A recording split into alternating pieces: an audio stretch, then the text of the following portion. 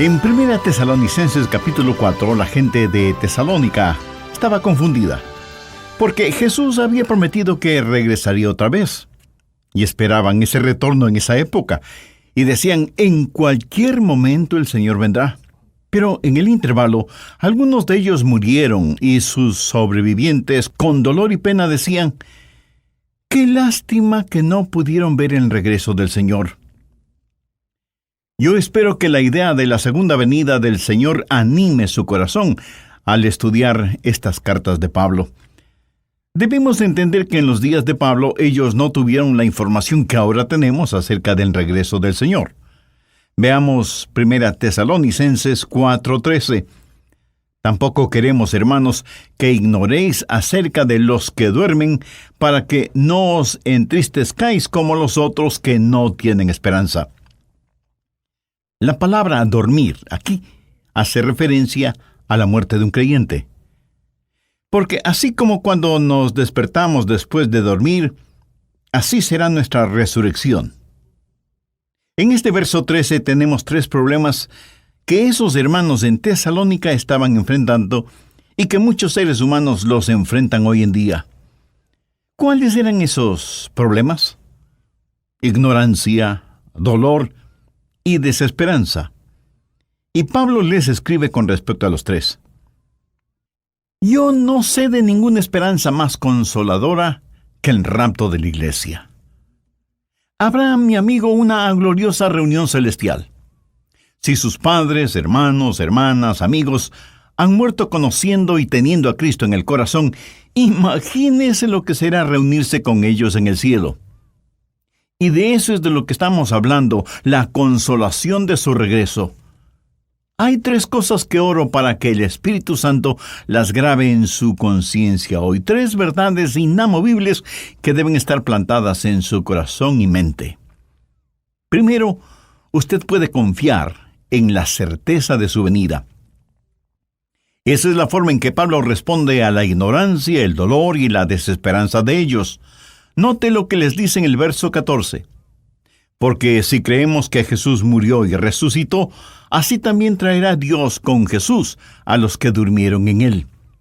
Y en los versos 15 y 16 dice, por lo cual os decimos esto en palabras del Señor, que nosotros que vivimos, que habremos quedado hasta la venida del Señor, no precederemos a los que durmieron, porque el Señor mismo con voz de mando descenderá del cielo. Y aquí el apóstol está dando 2 grandes argumentos o evidencias que hace inamovible la verdad de la segunda venida del Señor. Primero, en el verso 14 dice, porque si creemos que Jesús murió y resucitó, así también traerá Dios con Jesús a los que durmieron con él. Eso habla de seguridad. Tenemos confianza en la obra salvadora de Cristo. Escuché de un muchachito quien, habiendo recibido a Cristo como su Salvador, pidió ser bautizado. El pastor, para asegurarse que el niño entendía bien todo, le preguntó, «Hijo, ¿eres realmente salvo?» Y el muchacho respondió, «Sí, pastor, soy salvo». «¿Y cómo sabes que eres salvo?» «Oh, pues porque yo hice mi parte y Jesús hizo su parte». Esto no sonó bien a los oídos del pastor, porque la salvación es totalmente el trabajo realizado por Jesús. Así que le dijo al niño, ¿me podrías explicar eso de que tú hiciste tu parte y Jesús hizo su parte? Y el niño, con una inocente sonrisa en su rostro, le dijo, claro que sí, pastor. Yo hice el acto de pecar y él hizo el acto de salvar. Me gusta eso, la increíble teología de los niños. Ahora, ¿cómo sabemos que Jesús regresará? Porque Él ya sufrió y murió por nosotros, y fue resucitado de entre los muertos. Escuche, a menos que Él regrese por nosotros, a menos que haya el rapto, el Evangelio es incompleto. Su crucifixión sin su coronación es incompleta. Es como tener noche, pero no día. Es como tener frío, pero jamás calor. Es como tener oscuridad, pero nunca luz. Quiero decir, el Evangelio es incompleto sin la segunda venida del Señor Jesucristo. ¿Cree usted que Jesucristo resucitó? Entonces la resurrección de Él es la muestra, es la prueba de su propia resurrección, mi amigo. Busque 1 Corintios 15, versos 22 y 23. Porque así como en Adán todos mueren, también en Cristo todos serán vivificados. Pero cada uno en su debido orden. Cristo, las primicias. Luego, los que son de Cristo en su venida. ¿Lo ve?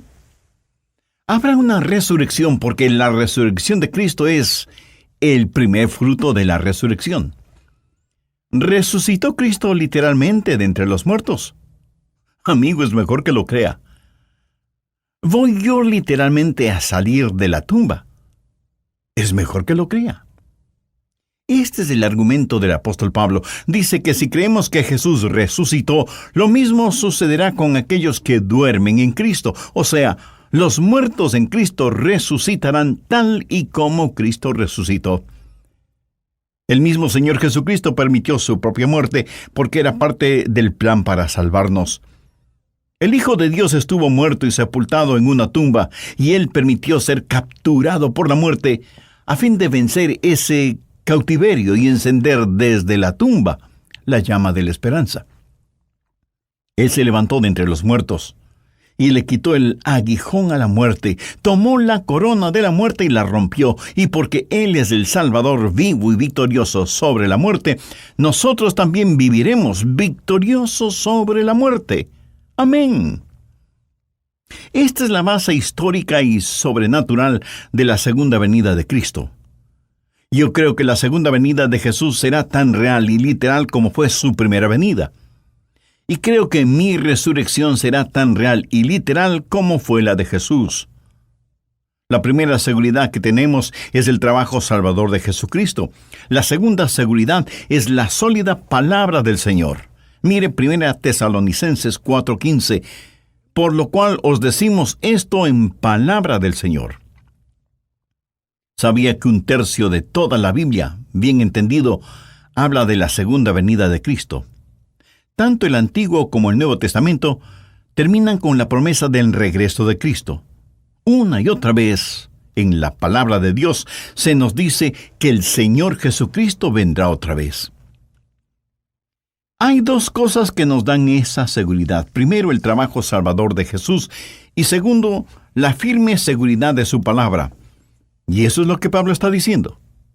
Así que primero, podemos confiar en la certidumbre del regreso del Señor, y segundo, podemos descansar en el consuelo de su venida. Pablo dice en el verso 18, por tanto, alentaos los unos a los otros con estas palabras. A veces algunos predican sobre la segunda venida de Cristo para amenazar o para atemorizar. Y debemos sentirnos atemorizados si no estamos listos. Pero Pablo no escribió esto ni para amenazar, ni para atemorizar, sino para consolar.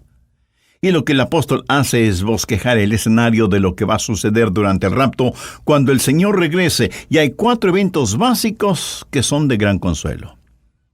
Primero, la majestad de su regreso. No tengo que hacer énfasis en que la figura central aquí es Jesús.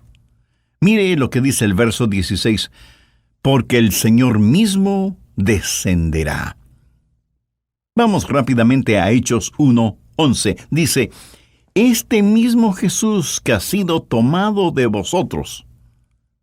El mismo Jesús que alimentó a más de 5,000 personas, el mismo Jesús que caminó por las playas de Galilea, el mismo Jesús que caminó sobre las aguas y calmó la tempestad, porque el mismo Señor descenderá. Algunas personas dicen, bueno, la segunda venida de Jesús es cuando uno se muere y viene el Señor en espíritu para llevar nuestro espíritu al cielo. Eso suena maravilloso, pero no es la segunda venida del Señor. Otros dicen, cuando uno nace de nuevo, la segunda venida del Señor es cuando Él viene a vivir en usted. Eso también suena muy atractivo, pero no es la segunda venida del Señor. La Biblia dice, porque el Señor mismo descenderá del cielo. Hay la majestad de su regreso.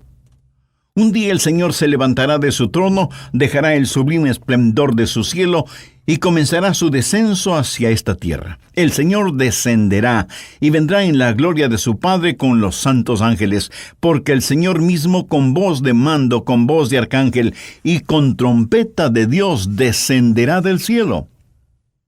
Segundo, el milagro de nuestra resurrección. Veamos nuevamente el verso 16.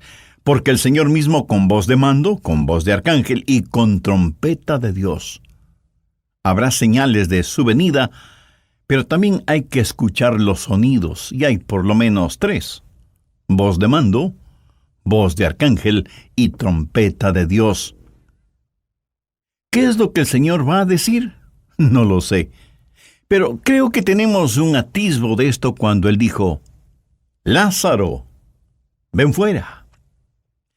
Pienso que cuando Él, con voz de mando, dé la orden, los muertos en Cristo escucharán su voz, la voz del Salvador, que retumbará en los dominios de muerte de Satanás, y el reino de la muerte se derrumbará. A la voz de mando de Jesucristo, el mar entregará a quienes murieron en él, y los desiertos entregarán a sus muertos, y los campos de batalla en todas partes del mundo entregarán a sus muertos. Cada tumba parecerá un campo arado cuando el Señor regrese y ordene, ¡vengan afuera! Y los muertos resucitarán. Pero hay también la voz de un arcángel. ¿Quién es este arcángel? Yo creo que será Miguel. ¿Por qué se lo menciona aquí? Bien, la Biblia dice que Satanás es el príncipe de la potestad del aire. Satanás es un ángel caído, y Miguel es su superior en el organigrama divino.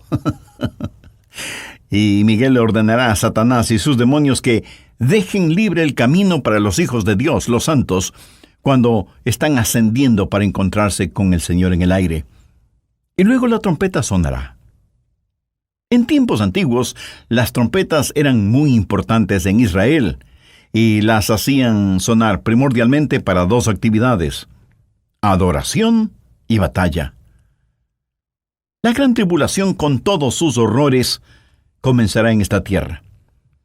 Nuestro Señor descenderá con voz de mando, con voz de arcángel y con trompeta de Dios, y se efectuará el milagro de la resurrección. Y si usted me pregunta, Pastor Rogers, ¿cree usted realmente en una resurrección milagrosa? Usted es un hombre educado. ¿Por qué cree en algo que está más allá de nuestro entendimiento? Muy buena pregunta. Ahora escúcheme. El hecho de que me esté escuchando ahora mismo está más allá de su entendimiento. Quiero decir, Dios lo hizo todo de la nada, ¿verdad? Usted en realidad no entiende el nacimiento humano.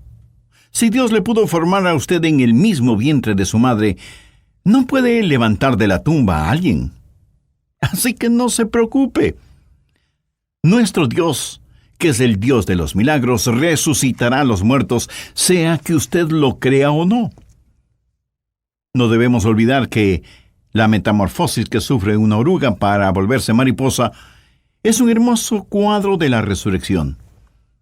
Esa oruga, que para muchas personas es repugnante, se alimenta con hojas y vive en un mundo muy limitado, muy pequeño. Un día, algo así como la muerte llega a la vida de la oruga, y ella empieza a envolverse en una especie de mortaja, de ataúd diminuto, en donde se pasa encerrada por un tiempo. Para el mundo exterior, esa oruga está muerta. Pero la verdad es que solo está durmiendo, sin que importe nada de lo que suceda a su alrededor. Un día es el de la resurrección, y ella sale de su diminuto encierro, pero ya no es una oruga, ahora es una gloriosa, hermosa mariposa, brillante como el sol, diáfana como la mañana, y batiendo sus increíblemente decoradas alas, se eleva hacia el azul del cielo. ¿Es la misma criatura? Sí, pero ahora es diferente porque he experimentado una metamorfosis, o sea, un cambio de forma. La Biblia dice en 1 Corintios 15:51, No todos dormiremos, pero todos seremos transformados en un momento, en un abrir y cerrar de ojos. Hay 4 eventos básicos que son de gran consuelo. En el mensaje anterior vimos primero la majestad de su regreso, segundo, el milagro de nuestra resurrección. Hoy continuaremos con tercero, el misterio del rapto. Primera Tesalonicenses 4:17. Luego nosotros, los que vivimos, los que hayamos quedado, seremos arrebatados juntamente con ellos. El apóstol Pablo estaba esperando el regreso de Jesús mientras él vivía. Note la frase, nosotros los que vivimos, los que hayamos quedado.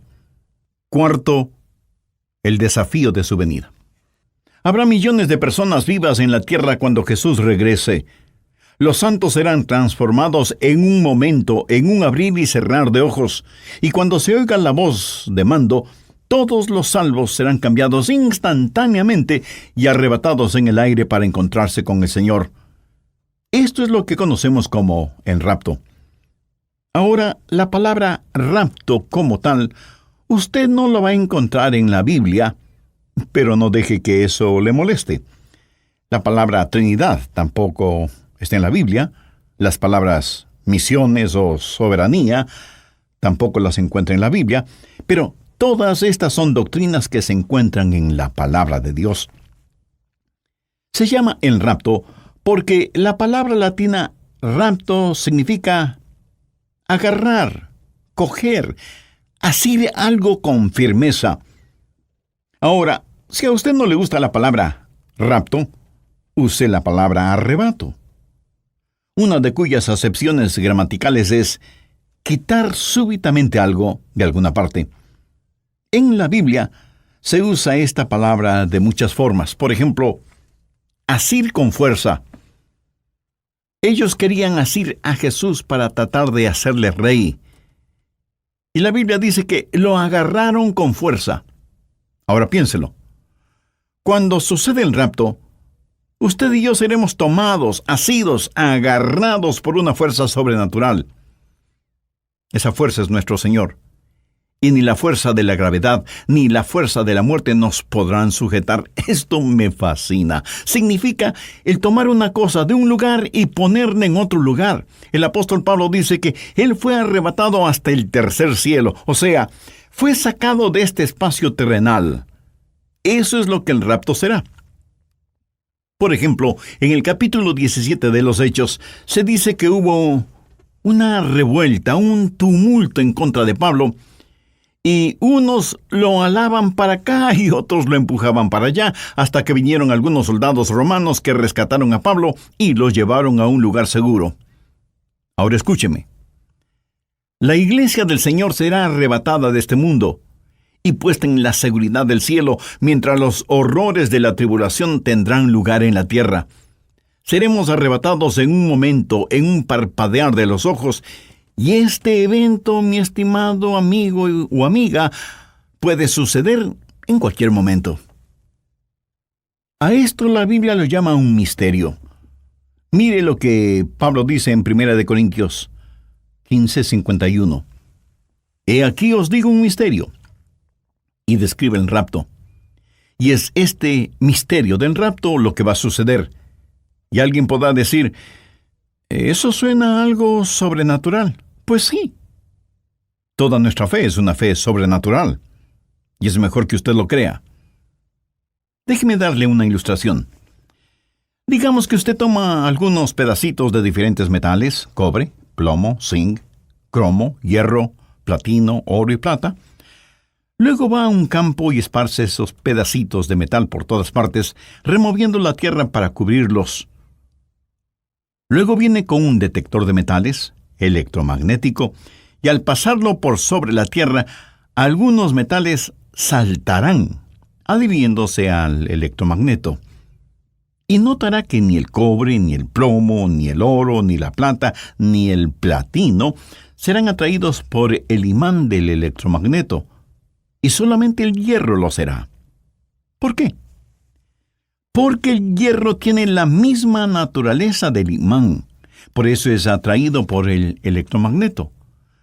Cuando Jesucristo regrese, aquellos que compartimos su misma naturaleza, seremos atraídos hacia Él. La Biblia dice que somos participantes de la naturaleza divina.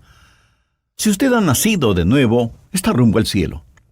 Si el Señor Jesucristo vive en usted, experimentará la majestad de su regreso, el milagro de nuestra resurrección y el misterio del rapto. Seremos arrebatados, seremos cambiados, y juntamente con los que durmieron en Cristo, los vivos serán raptados para encontrarse con el Señor en el aire, y entonces experimentaremos la maravilla de nuestra reunión. Primera Tesalonicenses 4:17 dice: Luego nosotros los que vivimos, los que hayamos quedado, seremos arrebatados juntamente con ellos en las nubes para recibir al Señor en el aire, y así estaremos siempre con el Señor. Ahora note lo siguiente. La frase juntamente con ellos hace referencia a los muertos en Cristo que resucitarán primero, como lo dice el verso 16. En los días de Pablo, los creyentes que esperaban el regreso de Jesús se preocupaban por sus seres amados que habían muerto y Cristo no había retornado. Pablo les dice: escuchen, vamos a estar juntos. Padres, madres, hijos e hijas, hermanos y hermanas, si están dormidos en el Señor, todos juntos iremos a encontrarnos con Él en el cielo. El Dr. Robert Lee fue un gran predicador de la palabra de Dios. Una de las historias personales que él alguna vez contó conmovió profundamente mi corazón. Permítame compartir esa historia con usted. Él dijo: cuando yo era un niño pequeño, vivíamos en una especie de ranchito muy pobre, y sin embargo, esa insignificante vivienda estaba hipotecada. Un día, cuando casi todos en la familia habían ido al pueblo, mi madre y yo estábamos en el porche de la casa. Ella, sentada en una vieja silla mecedora, estaba tejiendo. Yo estaba tendido en el piso frente a ella, mirándola, y vi las manos de mi madre, ágiles, pero marchitas. Y le pregunté: Mami, ¿cuál ha sido el día más feliz de tu vida? Pensé que ella me diría que fue cuando mi papá, que es muy alto y atractivo, le declaró su amor y le pidió que fuera su esposa. Pero no mencionó eso. Pensé que ella diría que cuando se casaron y vivieron la vida matrimonial juntos por más de 50 años, hasta cuando Dios se llevó a mi papá al cielo. Pero ella no dijo eso. Ella me respondió: Hijo, has hecho una pregunta difícil. Pero durante nuestra guerra civil, los tiempos fueron difíciles y amargos. Prácticamente todos los hombres fueron a la guerra, incluyendo tu abuelito. No teníamos mucho en el rancho. Tomábamos té hecho de sazafrás o café hecho de maíz duro, tostado y molido. Siendo niña, yo iba con las mujeres a trabajar en el campo. Esos fueron días muy duros, muy duros. Luego recibimos la noticia de que mi papá, o sea, tu abuelito, había muerto en la guerra. Y yo miré a mi mamá. Me preguntaba qué es lo que ella diría o haría. Pero ella no decía mucho. Hasta me parecía que ella era incapaz de llorar. Casi siempre estaba en silencio. Mi dormitorio quedaba junto al de ella y durante la noche yo escuchaba a mamá llorar profunda y amargamente. Pero por la mañana, ella hacía desaparecer de su rostro las huellas de su llanto y se dedicaba a sus quehaceres diarios. Un día yo estuve en el porche, como tú estás ahora, junto a mi mamá. Ella tenía en su falda un recipiente lleno de guisantes y los estaba pelando. Nuestra casita estaba junto a un río. Mi madre levantó la vista de su labor y vio a un hombre caminando por el sendero del río y dijo: Elizabeth, mira, ese hombre camina como tu papá. Luego, mirando más intensamente, me dijo: Hija, te digo que ese hombre se parece a tu papá. Y yo le dije: Mamá, tú sabes que papá está muerto. Desearía que pudiéramos traerlo de regreso, pero no podemos, y no hay necesidad de que te atormentes así. Pero después de unos segundos, ella dio un salto, tirando los guisantes por todo lado y gritando: «¡Es tu papá! ¡Es tu papá!». Y levantando la falda de su vestido, atravesó el campo, corrió por el sendero del río y se refugió no en los brazos, sino en el brazo de su esposo. Él había perdido un brazo durante la guerra, y los dos se abrazaron y se besaron intensamente, y rieron y lloraron todo al mismo tiempo. Siendo una niña, corrí tan rápido como mis pequeñas piernas me lo permitían, y abracé a mi papá en las rodillas, y pasé mi mano por la manga vacía de su camisa. Yo creo que el día más feliz de mi vida fue cuando mi papá regresó de la guerra, aunque le faltara un brazo. El doctor Lee terminó esta historia diciendo: «El momento más feliz de mi madre es nada comparado con el gozo de ver el rostro de Jesús y tocar sus manos perforadas, que abrieron las puertas de la gracia para que nosotros podamos llegar a las puertas de la gloria». Y cuando todos estemos reunidos con el Señor, esa será una reunión para la cual no existen las palabras apropiadas para describirla. Amigo, no solo estaremos seguros de la certidumbre de su regreso y del consuelo de su retorno, sino que debemos responder. Tercero, el desafío de su venida. Otra vez veamos el verso 17. «Luego nosotros, los que vivimos, los que hayamos quedado, seremos arrebatados juntamente con ellos en las nubes para recibir al Señor en el aire, y así estaremos siempre con el Señor». Si a usted no le importa subrayar su Biblia, por favor subraye las palabras «recibir al Señor». ¿Alguna vez ha pensado en eso? ¿Recibir al Señor? ¿No es eso un desafío para usted? Esto no es un encuentro casual o pasajero.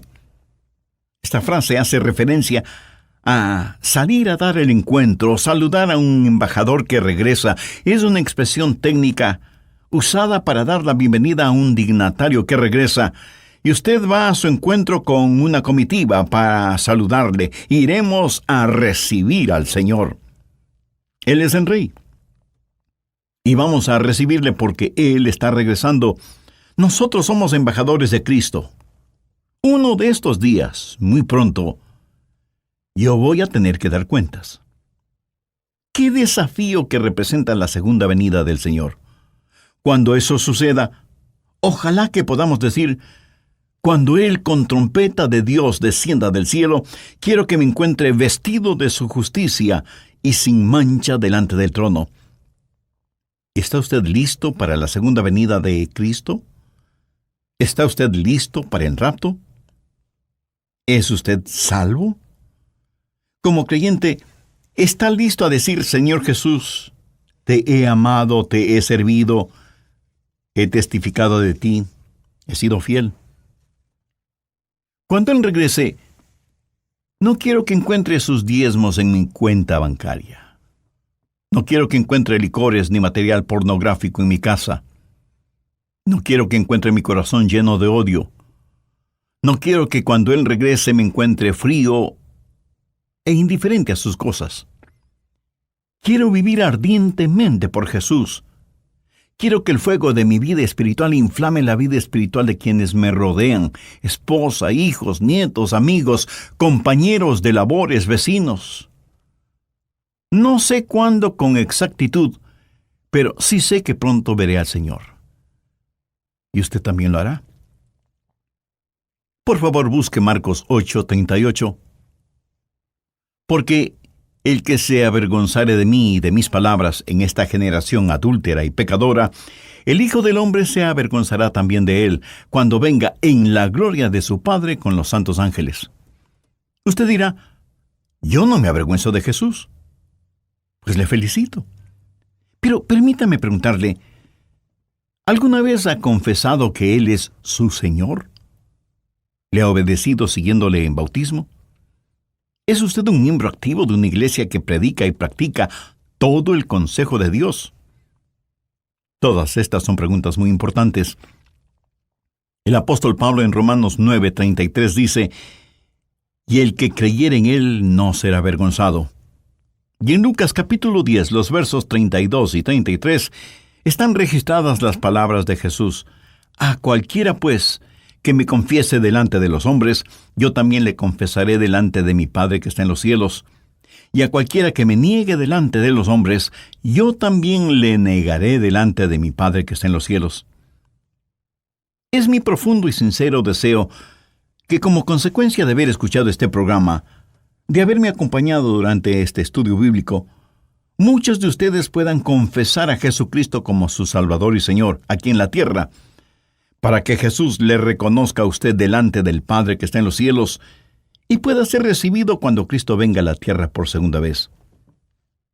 Si usted es una persona religiosa, aunque sea muy religiosa, recuerde que la religión no salva a nadie, porque la religión es el esfuerzo humano de hacer méritos para recibir el favor de Dios. En Efesios 2, 8 y 9 leemos: «Porque por gracia sois salvos por medio de la fe, y esto no de vosotros, pues es don de Dios, no por obras, para que nadie se gloríe». Para ser salvo, lo que usted necesita es una relación personal e íntima con el Señor Jesucristo. Necesita creer en Él no solo intelectualmente, sino espiritualmente. Y necesita depositar su fe y confianza en Él. Si usted tiene ese sincero deseo en su corazón, le invito a que ore, a que converse con Dios. La oración que voy a decir es solo una muestra, una guía. Ore usted con sus propias palabras. Hágalo en voz alta o en voz baja o silenciosamente. Orar no es cuestión de volumen. Ore de la siguiente manera: Dios eterno, gracias por haberme dado la oportunidad de escuchar este mensaje. Yo quiero estar listo para el regreso de Jesús, para que me llames a tu presencia antes de ese evento. Sé que soy pecador y necesito tu perdón. Por eso vengo a pedirte misericordia. Amado Señor Jesús, sé que por el amor con que me amas, derramaste tu sangre y diste tu propia vida en la cruz, para pagar la deuda de mis pecados, para perdonarme, para limpiarme, para sanarme y para salvarme. Este momento, con toda la sincera fe de que soy capaz, te invito a que vengas a morar en mi corazón como mi Salvador y mi Señor. Ayúdame a vivir una vida que sea digna de ti. Ayúdame para que nunca me avergüence de ti. Hazme la clase de persona que tú quieres que sea. Y porque tú moriste por mí, yo quiero vivir para ti. Lo pido en tu santo nombre. Amén. Si usted oró esa oración y tomó la decisión de aceptar a Cristo en su vida, sus pecados le han sido perdonados y usted ya es parte de la familia de Dios. Nosotros queremos celebrar esa decisión espiritual suya y por eso le invito a que nos escriba y nos cuente al respecto. Su carta no solo nos animará en este nuestro ministerio radial, sino que también nos dará la oportunidad de orar por usted y su nueva vida como creyente en el Señor Jesucristo.